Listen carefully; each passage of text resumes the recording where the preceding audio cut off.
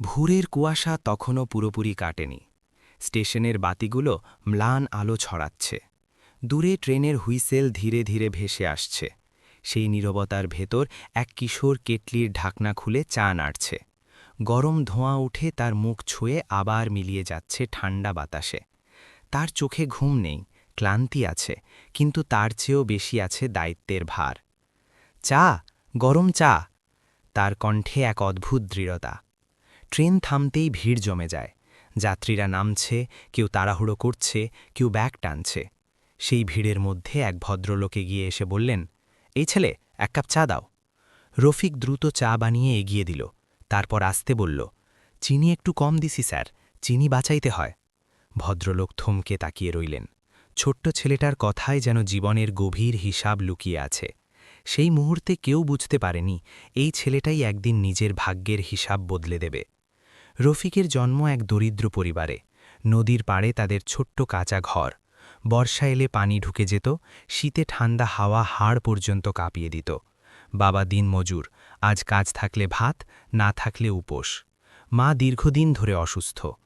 এক সন্ধ্যায় রফিক দেখল ঘরে চাল নেই। মা চুপচাপ শুয়ে আছেন, মুখে ক্লান্তির ছাপ।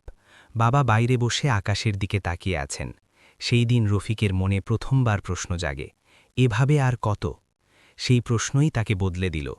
বয়স মাত্র 10, কিন্তু সিদ্ধান্ত নিল সে শহরে যাবে, কিছু করবে। শহরের স্টেশনই তার নতুন ঠিকানা। প্রথম দিন কেটলি হাতে নিতে গিয়েই হাত পুড়ে যায়। গরম চায়ের ধোঁয়া চোখে লাগে। কেউ ধমক দেয়, কেউ তাড়া দেয়, এই চাওয়ালা, তাড়াতাড়ি আয়। কেউ তার নাম জানে না, জানতেও চায় না।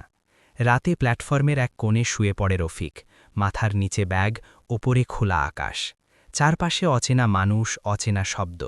তার বুকের ভেতর ভয় কাজ করে, কিন্তু সে চোখ বন্ধ করে ভাবে, একদিন সব বদলাবো। দিন যায়, রাত যায়। বর্ষার দিনে ভেজা প্ল্যাটফর্মে পা পিছলে পড়ে যায় সে। গরম চা হাতে পড়ে গিয়ে তীব্র ব্যথা লাগে। দাঁতে দাঁত চেপে আবার উঠে দাঁড়ায়। শীতের রাতে হাত জমে যায়, কেটলি ধরতে কষ্ট হয়, তবুও সে থামে না। গরমে মাথা ঝিমঝিম করে, শরীর দুর্বল হয়ে পড়ে, তবুও সে কাজ চালিয়ে যায়, কারণ সে জানে থামা মানেই হেরে যাওয়া। একদিন এক যাত্রী তাকে ডেকে বসালেন, তুই পড়াশোনা করিস? রফিক মাথা নিচু করে বলল, সময় পাই না স্যার, টাকা কামাইতে হয়। লোকটা কিছুক্ষণ চুপ থেকে ব্যাগ থেকে একটা পুরনো বই বের করে দিলেন। সময় কেউ দেয় না, বানাতে হয়, বলেই চলে গেলেন। সেই কথাগুলো রফিকের মনে বাজতে থাকে। সেই রাতেই রফিক প্রথম বই খুলে বসে। অক্ষণগুলো তার কাছে নতুন, তবুও সে চেষ্টা করে। স্টেশনের বাতির নিচে বসে সে ধীরে ধীরে পড়তে শেখে। দিনে কাজ, রাতে পড়া। এভাবেই তার জীবনে নতুন অধ্যায় শুরু হয়। অনেকে তাকে দেখে হাসে, চা বিক্রি করে আবার পড়াশোনা। রফিক হাসে না, রাগও করে না। সে শুধু নিজের কাজে মন দেয়। ধীরে ধীরে সে বুঝতে শেখে মানুষের চাহিদা। চা কিনতে এসে অনেকেই বিস্কুট খোঁজে। সে অল্প টাকা জমিয়ে বিস্কুট কিনে আনে, চায়ের সাথে দিতে শুরু করে। এরপর সে চায়ের স্বাদে পরিবর্তন আনে। একটু আদা, একটু বাড়তি যত্ন, চা হয়ে ওঠে আলাদা। গ্লাস সবসময় পরিষ্কার রাখে। গ্রাহকদের সাথে ভদ্র আচরণ করে। ধীরে ধীরে তার চায়ের সুনাম ছড়িয়ে পড়ে। মানুষ বলতে থাকে, ওই ছেলেটার চা ভালো। তার বিক্রি বাড়তে থাকে। দিন শেষে তার হাতে আগের চেয়ে বেশি টাকা থাকে। কিছুদিন পর সে একটা ছোট স্টল ভাড়া নেয়। নিজের জায়গা, নিজের দোকান। সেই দোকানেই সে নতুনভাবে শুরু করে। চা, বিস্কুট, পাউরুটি সব কিছু সাজিয়ে রাখে। গ্রাহকরা বসে খেতে পারে এমন ব্যবস্থা করে।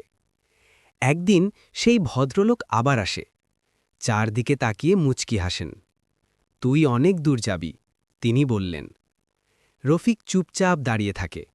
তার চোখে তখন নতুন আত্মবিশ্বাস। সবকিছু ভালো চলছিল।